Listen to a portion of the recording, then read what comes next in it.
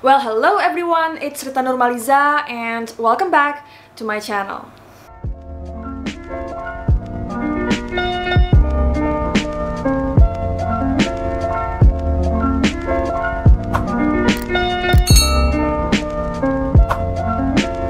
Di video kali ini aku akan membahas tentang sebuah cerita yang banyak banget di request oleh teman-teman subscribers aku, yaitu kisah Ratu Isabella yang terkenal sangat-sangat kejam. Aku seneng banget sama subscribers aku karena kalian adalah orang-orang yang sangat tertarik untuk belajar dan mengetahui sejarah.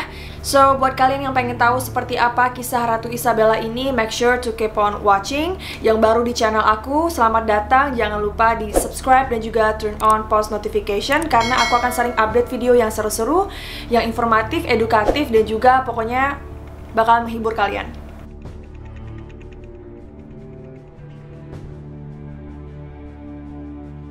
Isabella adalah seorang ratu dari Spanyol. Sebagai seorang ratu Katolik yang berkuasa di Spanyol, dia sering membuat kebijakan-kebijakan pintar yang membuat negaranya menjadi lebih baik. Karena sebelum dirinya berkuasa, Spanyol itu sempat berada di masa kesusahan karena pemerintahan raja yang sebelumnya, di mana ada banyak hutang, terus hukum-hukumnya juga dibilang kacau. Jadi Isabella inilah yang membuat negaranya itu menjadi lebih baik semenjak dia memimpin. Meski kedengarannya Ratu Isabella ini membawa perubahan yang lebih baik di negaranya, tapi ia juga dikenal sebagai ratu yang sangat kejam karena telah melakukan pengusiran dan pembunuhan pada banyak umat Muslim dan juga Yahudi pada tahun 1492. Ia tidak akan kenal ampun kepada umat Muslim dan seringkali menyiksa, membunuh, dan juga memaksa mereka untuk pindah agama. Isabel ke-1 dari Castilla lahir di Madrigal de las Altas Torres pada 22 April 1451. Dia adalah Ratu Castilla dan juga Leon yang sangat terkenal cerdas dalam memimpin. Setelah mengawali masa-masa sulit di awal pemerintahan, Isabella berhasil menekan tingkat kejahatan dan juga menghapus warisan hutang dari pemerintahan kakak tirinya.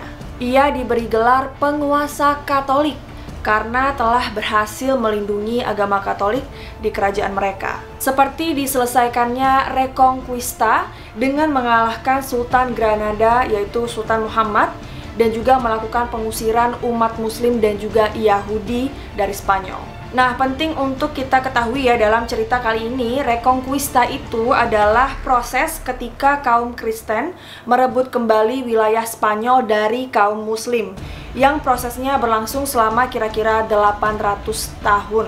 Nah, jadi dia dianggap sebagai penguasa Katolik karena dia berhasil melakukan Reconquista ini, teman-teman. Kebijakan Isabel terkait Reconquista ini menjadi hal yang merubah geopolitik dunia, bahkan dia menjadi salah satu tokoh yang paling berpengaruh di dunia.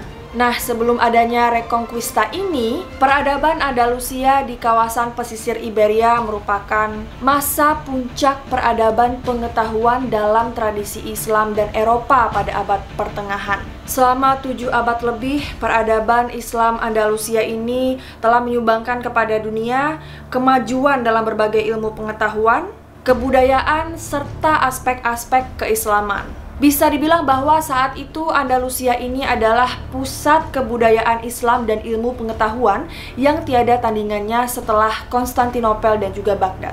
Dan orang-orang Muslim di sana, meskipun mereka ini dikelilingi oleh kerajaan Kristen Eropa yang selalu mengancam eksistensi mereka, namun semangat masyarakat Muslim di Granada sangatlah besar.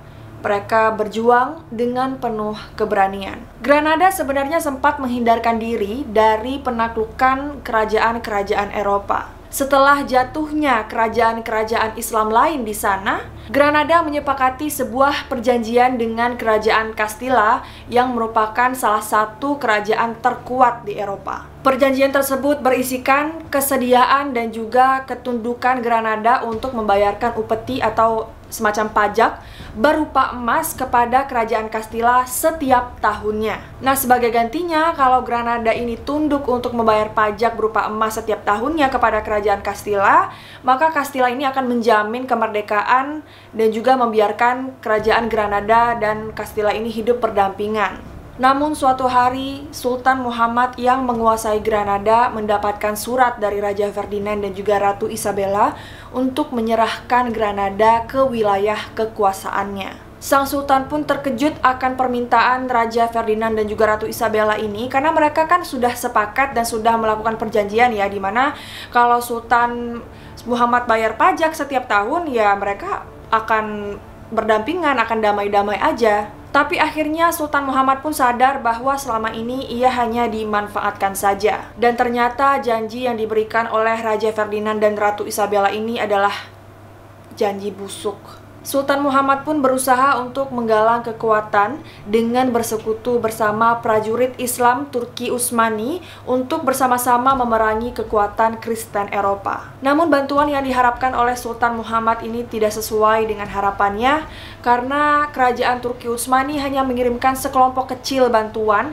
yang sebenarnya tidak mempunyai pengaruh apa-apa dibandingkan kekuatan prajurit-prajurit Kristen Eropa. Pastinya Sultan Muhammad ini menjadi sangat-sangat kecewa ya, karena dia kan mengharap bala bantuan yang sangat besar, mungkin prajurit yang sangat-sangat banyak gitu untuk bantu dia berperang melawan kerajaan Kristen Eropa. Tapi ternyata kerajaan Turki Utsmani ini hanya mengirimkan sedikit prajurit gitu. Pada bulan November tahun 1491, kerajaan Granada pun dikepung oleh prajurit-prajurit Raja Ferdinand dan juga Ratu Isabella yang sangat-sangat banyak. Dari menara istananya, Sultan Muhammad melihat bahwa ada banyak pasukan-pasukan Kristen yang telah mengepung dan bersiap untuk menyerang Granada. Sultan Muhammad pun dipaksa untuk menandatangani surat penyerahan Granada kepada pasukan sekutu Kristen. Setelah 7 abad hidup dalam kedamaian peradaban Andalusia, komunitas Yahudi dan juga Muslim pun tercerai-berai karena Reconquista yang merupakan kebijakan dari Ratu Isabella ini. Sebagian terpaksa memeluk Katolik, sebagian lagi ada yang pindah untuk mencari kehidupan yang lebih baru, dan juga sebagian lagi mati terbunuh. Setelah itu Sultan Muhammad pun diasingkan. Ada cerita sedih ya dari Sultan Muhammad ini saat dia meninggalkan wilayah kekuasaannya dan juga istananya, yaitu saat dia berjalan untuk meninggalkan wilayah kekuasaannya, dia menoleh ke belakang sambil menangis. Melihat Sultan Muhammad menangis, ibunya ini tidak simpatik terhadap anaknya dan bahkan dia memarahi Sultan Muhammad dengan berkata, "Jangan engkau menangis seperti perempuan, karena engkau tidak mampu mempertahankan Granada layaknya seorang laki-laki." Sedih banget ya Allah. Orang-orang Yahudi dan juga Muslim pada akhir peradaban Andalusia, mereka ini dipaksa untuk memeluk agama Katolik. Jika tidak mengikuti perintah, maka pengikut Yahudi dan juga Muslim ini akan dibakar hidup-hidup, akan disiksa dengan cara yang tidak akan bisa kita bayangkan, dibunuh secara keji. Pokoknya pengikut Yahudi dan juga Muslim ini hanya punya 2 pilihan, mau dibaptis atau dibunuh. Mereka pun kemudian membentuk koloni. Sebagian ada yang berpindah agama menjadi Katolik, dan sebagian besar lagi ada yang mempertahankan agama mereka. Sementara orang-orang Muslim juga tercerai-berai. Mereka ada yang mengungsi ke kawasan Maroko, ada yang pergi ke Afrika bagian barat, dan juga ada yang berlayar ke kawasan Asia. Nah, bagi orang Yahudi dan juga orang Muslim yang sudah berpindah agama, ternyata mereka ini hidupnya juga tidak tenang di sana. Mereka sering mendapatkan intimidasi dan juga sering dibully habis-habisan oleh penduduk asli Katolik. Karena walaupun mereka ini telah berpindah agama, tetapi diyakini bahwa mereka ini masih menjalankan dan melaksanakan ritual agama mereka masing-masing. Misalnya kalau orang Muslim, ya mereka bilangnya udah dibaptis. Di luar mungkin pakai baju ala-ala Kristen gitu kan, pakai salib segala macam. Tapi pas mereka di rumah, mereka tetap sholat. Akhirnya Ratu Isabella yang mengetahui hal ini marah besar, dan pada 31 Maret 1492, Ratu Isabella memberikan pilihan bagi orang-orang Yahudi Andalusia, yaitu mau dibaptis dan melaksanakan ajaran Katolik dengan sebenar-benarnya, atau mereka harus diusir dari Spanyol. Dan akhirnya pada saat itu, karena kaum Yahudi tetap mempertahankan agama mereka, lebih dari 160.000 orang melarikan diri dari Spanyol. Hal ini juga dialami oleh orang-orang Muslim di Spanyol. Kardinal Jimenez de Cisneros mengusulkan hukuman dan pengasingan bagi komunitas Muslim di Granada. Pada 1526, orang-orang Islam di Aragon dan juga Valencia menjadi korban persekusi. Mereka dipaksa untuk murtad agar memeluk Katolik. Mereka juga dilarang untuk menggunakan bahasa Arab. Dan bagi siapa yang menentang perintah itu, maka mereka akan dibakar hidup-hidup atau disiksa dengan sangat-sangat sadis. Malah nih teman-teman, pernah ada kejadian di mana saat itu terjadi pembantaian ribuan umat Muslim Granada Spanyol di depan pelabuhan. Jadi Ratu Isabella ini berjanji untuk menyediakan sebuah kapal yang besar untuk mengeluarkan umat Muslim dari Andalusia. Ya udah, akhirnya ada ribuan lah orang Muslim yang mau naik ke kapal itu untuk pindah lah dari sana kan. Karena mereka ini mau damai-damai aja, disuruh pindah, ya pindah daripada mereka harus dibunuh. Namun naas, umat Muslim Andalusia ini malah dikonsentrasikan dan dibantai habis dalam waktu yang sangat singkat oleh ratusan pasukan salib yang mengelilingi dari segala penjuru. Jadi mereka ini kayak dijebak gitu teman-teman. Ratu Isabel ini mungkin bilang ya, ayo kalian umat Muslim, kalian harus pindah dari sini. Kalian naik aja ke kapal yang udah aku sediakan supaya kalian bisa keluar dari Spanyol.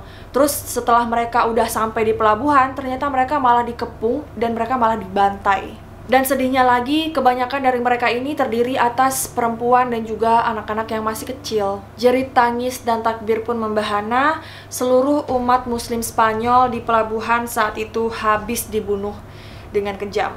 Darah menggenang di mana-mana, dan laut yang biru telah berubah menjadi merah karena mayat-mayat mereka itu dibuang begitu saja di laut tersebut. Kuburan-kuburan orang Muslim di sana juga dibongkar oleh perintah Ratu Isabella ini. Jadi jenazah-jenazah kaum Muslim ini diberikan tanda salib dan juga nisan mereka itu diberikan lambang salib. Oh ya, pada saat itu ada sebuah gereja di masa pemerintahan Isabella yang dijadikan Dewan Mahkamah Luar Biasa atau yang dikenal dengan Lembaga Inkuisi, yaitu sebuah lembaga peradilan yang bertugas untuk menghabisi siapa saja orang yang di luar Katolik. 4 abad setelah jatuhnya Islam di Spanyol, Napoleon Bonaparte, yaitu pemimpin militer Prancis pada 1808, mengeluarkan instruksi untuk menghapuskan Dewan Mahkamah Luar Biasa tersebut. Dan akhirnya tentara Prancis menemukan sebuah tempat rahasia di dalam gedung Dewan Mahkamah Luar Biasa itu. Ini tuh sadis banget ya teman-teman. Mereka menemukan alat-alat penyiksaan seperti alat pematah tulang dan alat pengoyak badan. Oh my god, aku nggak bisa ngebayangin seperti apa alatnya. Salah satu lagi alat penyiksaannya yaitu sebuah kotak yang dipasang mata pisau yang sangat tajam. Oke, sebuah kotak, terus ada mata pisau. Terus nanti orang-orang yang bukan Katolik ini, mereka akan dicampakkan ke dalam kotak ini. Oh my god, oh my god, oh my god. Di samping itu ada lagi metode penyiksaan di mana ada mata kail yang akan menusuk lidah. Kemudian nanti lidahnya ditarik sampai putus. Aduh, pokoknya banyak ya teman-teman. Aku sendiri tidak sanggup baca detail-detail metode penyiksaan yang mereka lakukan terhadap umat Muslim dan juga Yahudi di sana. Oh my god, terrible. Well, aku nggak bisa ngebayangin betapa kejamnya pada masa itu, di mana orang-orang Yahudi dan juga Muslim ini harus dibantai, harus disiksa habis-habisan di wilayah mereka sendiri. Beruntung banget ya kita hidup di masa sekarang, di mana kita tidak perlu melewati masa-masa yang sekejam itu, yang seperti itu. Pokoknya kita harus banyak-banyak bersyukur ya teman-teman. Nah, by the way, Ratu Isabella inilah yang awalnya menjadi pencetus bagi bangsa-bangsa Eropa untuk melakukan penjajahan dan juga jadi inspirasi untuk bangsa-bangsa Eropa untuk menerapkan kolonialisme di berbagai wilayah di dunia. Makanya dia dibilang sebagai salah satu sosok yang paling berpengaruh di dunia. Alright, itu dia cerita kali ini. Semoga bermanfaat buat kalian dan juga bisa menambah wawasan kalian. Dan terima kasih banyak udah nonton. Kalau kalian suka video ini, make sure to like, comment, share, subscribe, dan juga aktifkan notifikasinya supaya next time aku upload video kalian tidak ketinggalan. Dan juga follow aku di Instagram @rita.nurmaliza karena banyak dari kalian yang bilang kalau kalian tidak dapat notif. Jadi kalau kalian tidak dapat notif, kalian bisa cek Instagram aku karena aku sering update di Instagram kalau aku upload video baru. Terima kasih banyak udah nonton video ini. I love you all and see you in the next video. Bye-bye!